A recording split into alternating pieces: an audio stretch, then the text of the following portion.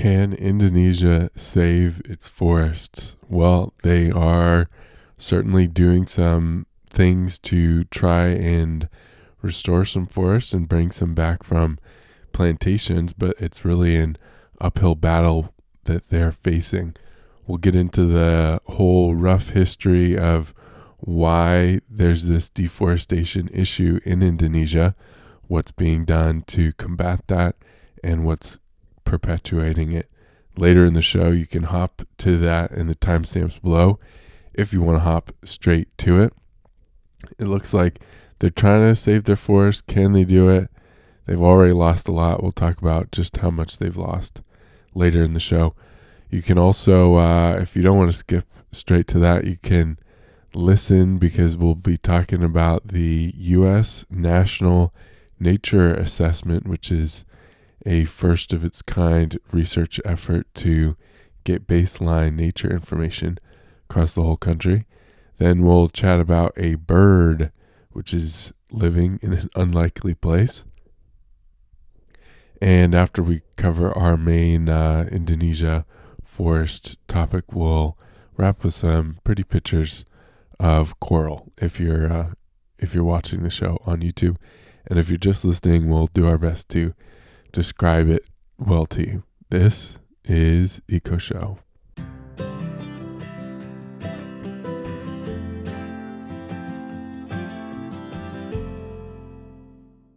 Hello and welcome to Eco Show. I'm Henry.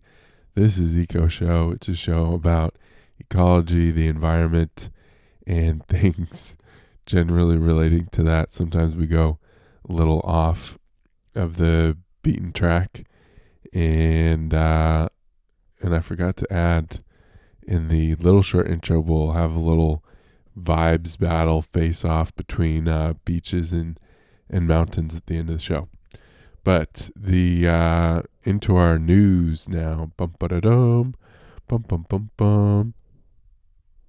So one of our news headlines this week is that the U.S. is doing a national nature assessment. So this year, the government scientists are collecting data on forests, grasslands, wetlands, coasts, and other places in the United States. And this is a big old assessment of the conditions of ecosystems across the U.S. The estimated time for them to release this is 2026, and the goal of this project is to establish ecological baselines for future comparisons.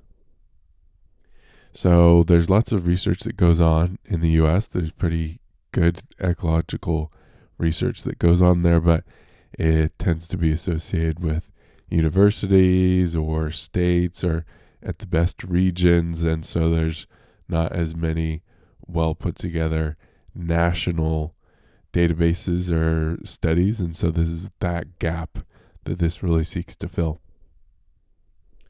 And it's suspected that this will likely show how development of urban or suburban centers, climate change, and agricultural runoff have impacted places. So it's probably not going to be great news, and hopefully it will inspire more action, but it's really powerful to get these baselines well established so you can have some goals to work against and you know what you're fighting up against so that you're not doing an uphill battle.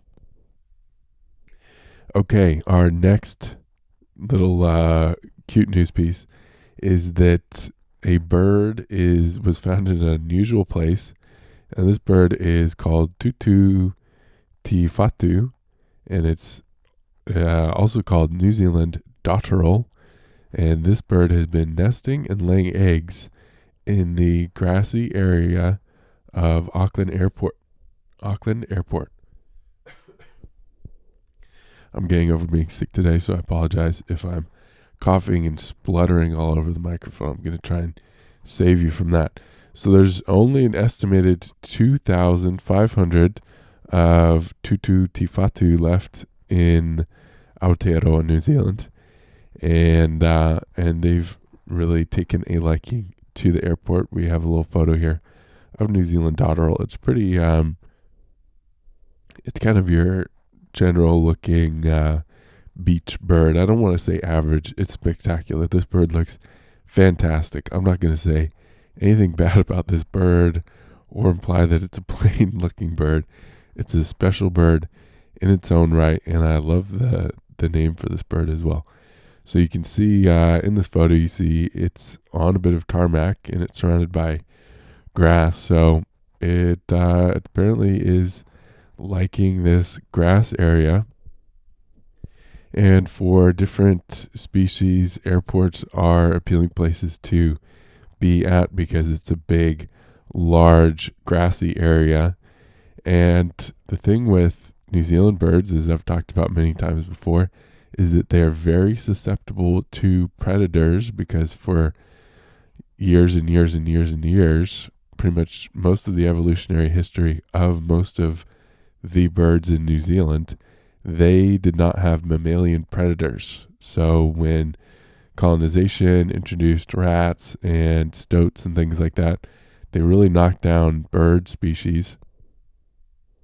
And the high fences around an airport are perfect for protecting these little birdie guys. And apparently they don't mind the noise, which I guess makes sense if most of the noise at the airport is during the daytime. Maybe it's not as bothersome.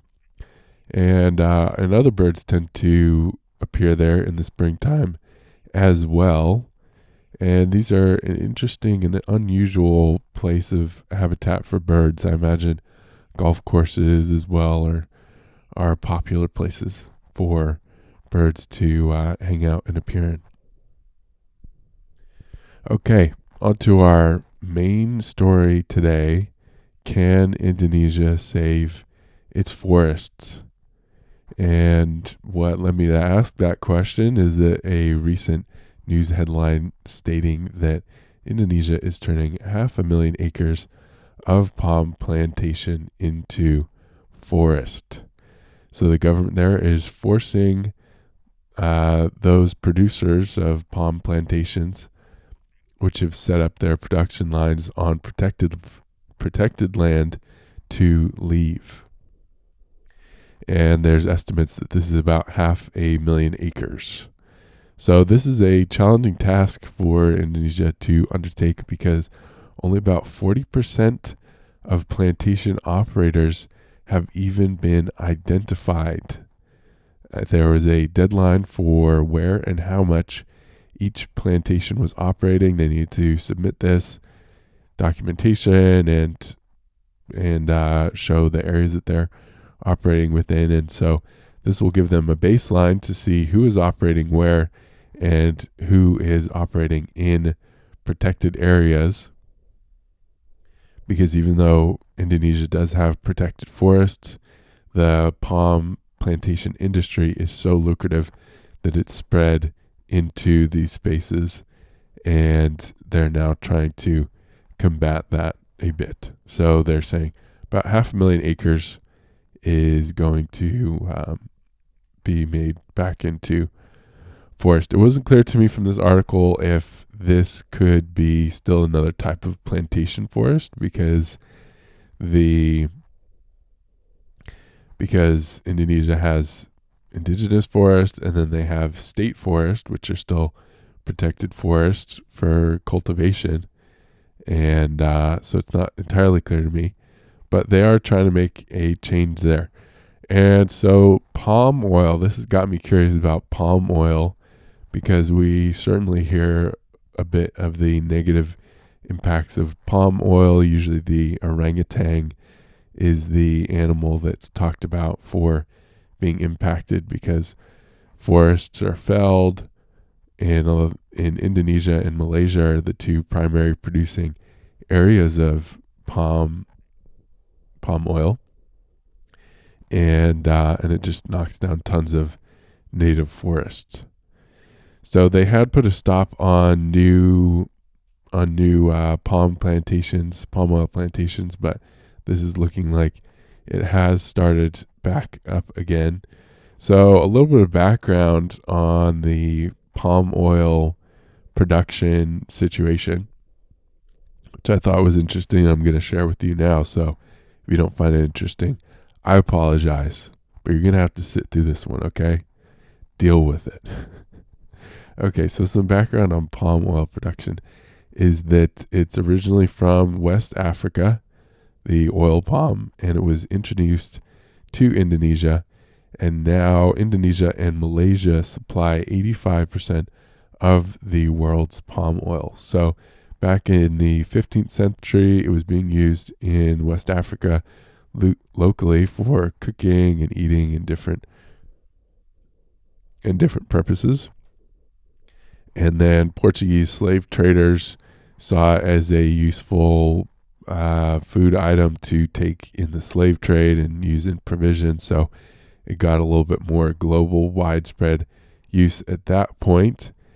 And in the 1830s, jumping forward a few hundred years, the British started planting it in India to do trial plantings to see about using it as a cash crop. And in 1848, it was introduced to Indonesia by the colonial Dutch forces that were there, and it was introduced just as an ornamental tree at tobacco farms at first.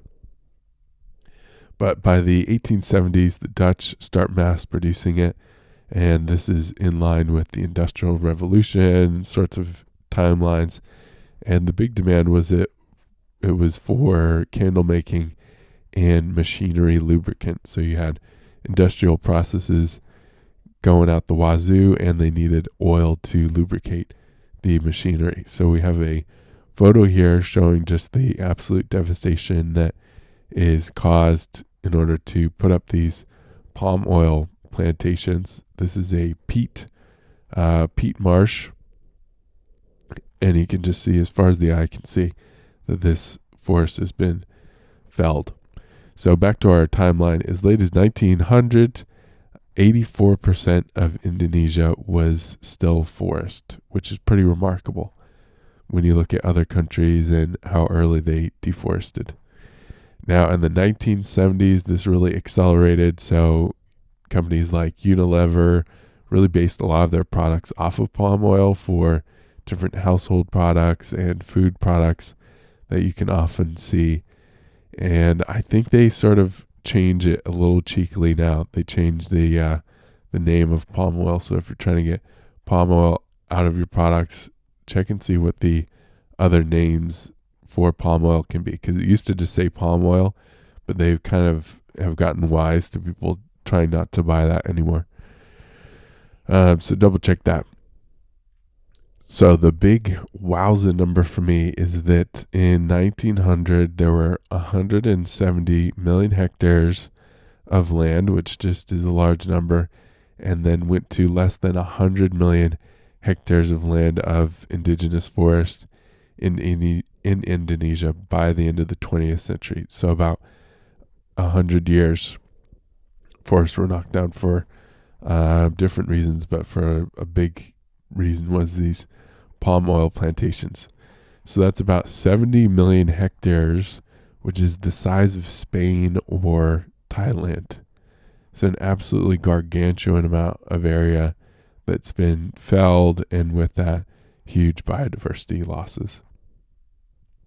Oftentimes, companies will hire or get small-scale farmers to set fires to burn large areas of forest, and then blame the small farmers for this, and then they'll just conveniently start to grow in those areas. So the big companies that are getting a lot of oil out of this are continuing this process, and the working environment is predictably horrendous in the area. You have kids being made to work in there, and you have people that they have legal limits on how many hours you can work in the country, but the amount that you can get paid is often less than people can actually make as a worker to live. So this forces people to work longer hours in conditions with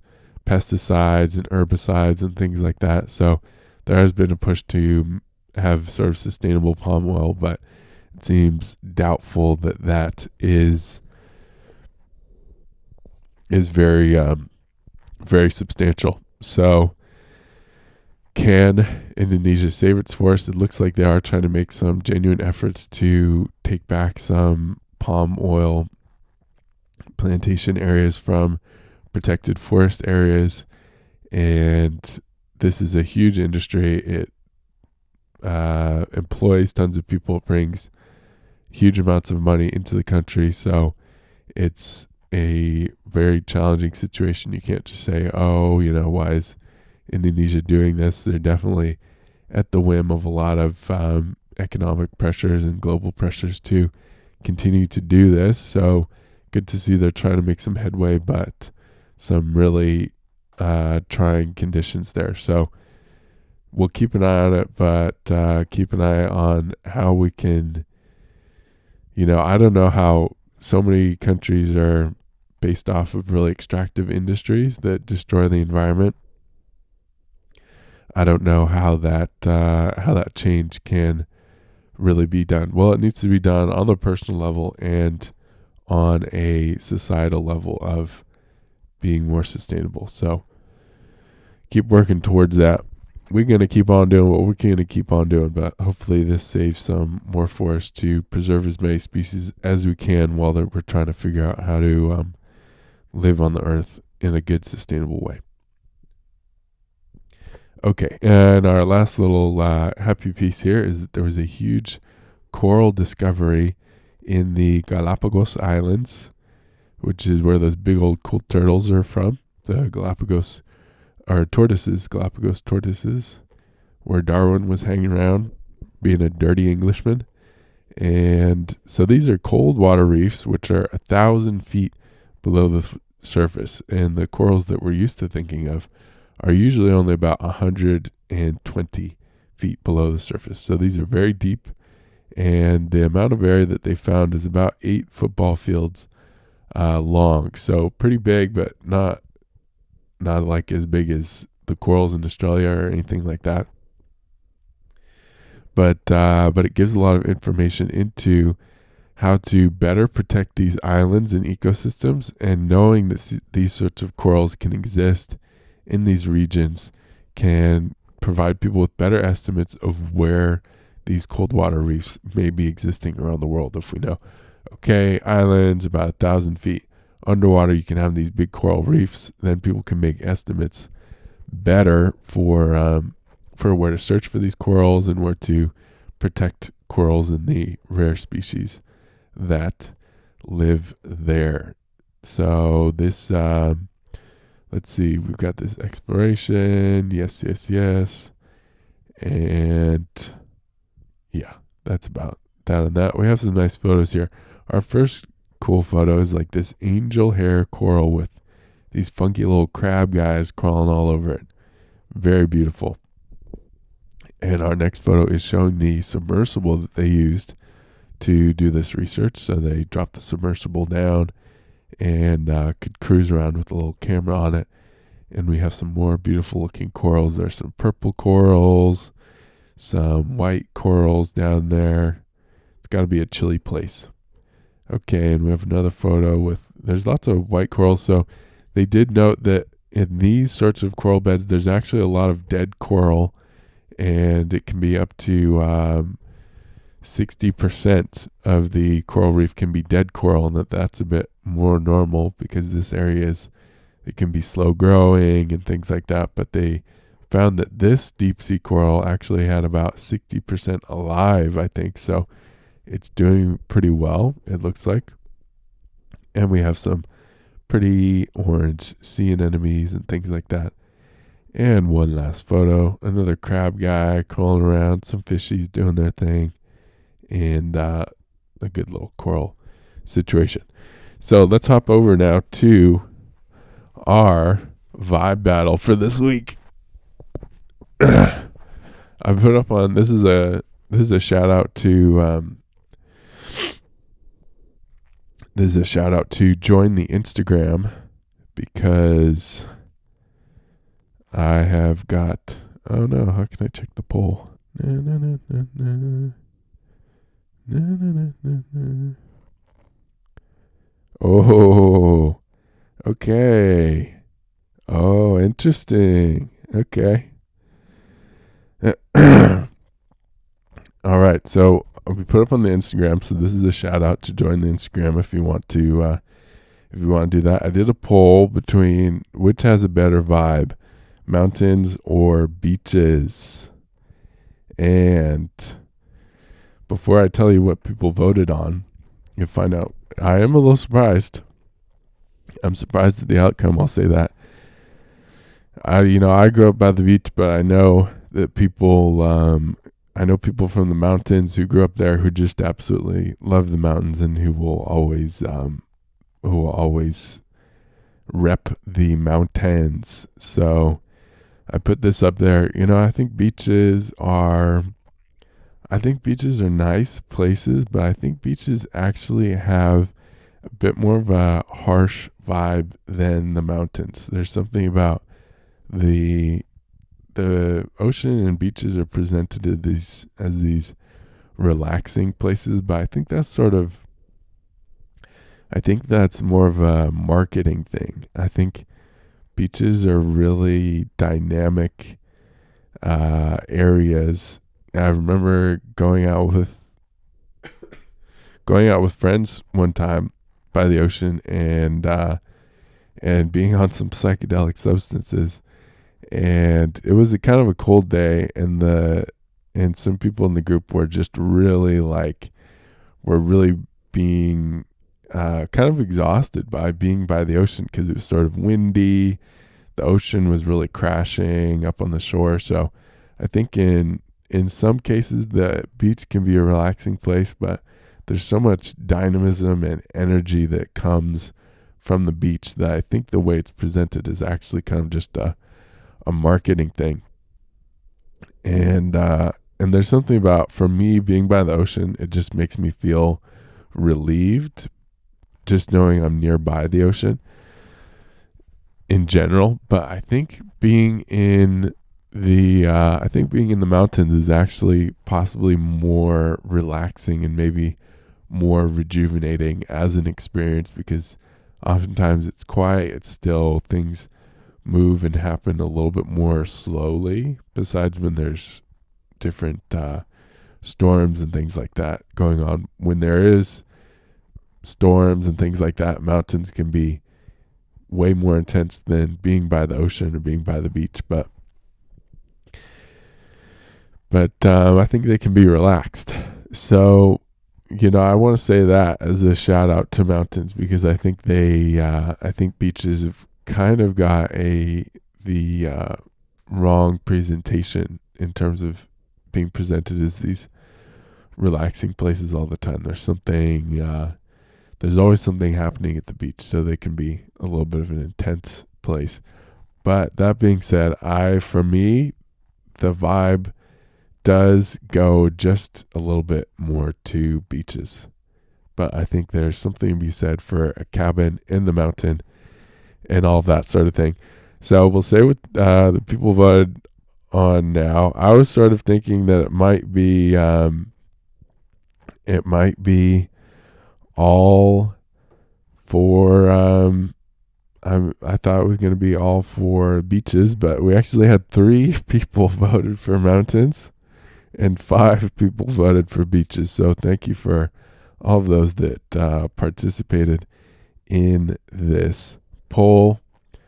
And I think for me, there's a feeling of an inexplicable feeling of needing to be near the ocean. And if I'm not near the ocean, I just get this sort of anxiety feeling starts to build up. It's like having the ocean nearby feels like there's constantly an escape open. So that might be a deeper psychological thing for me going on.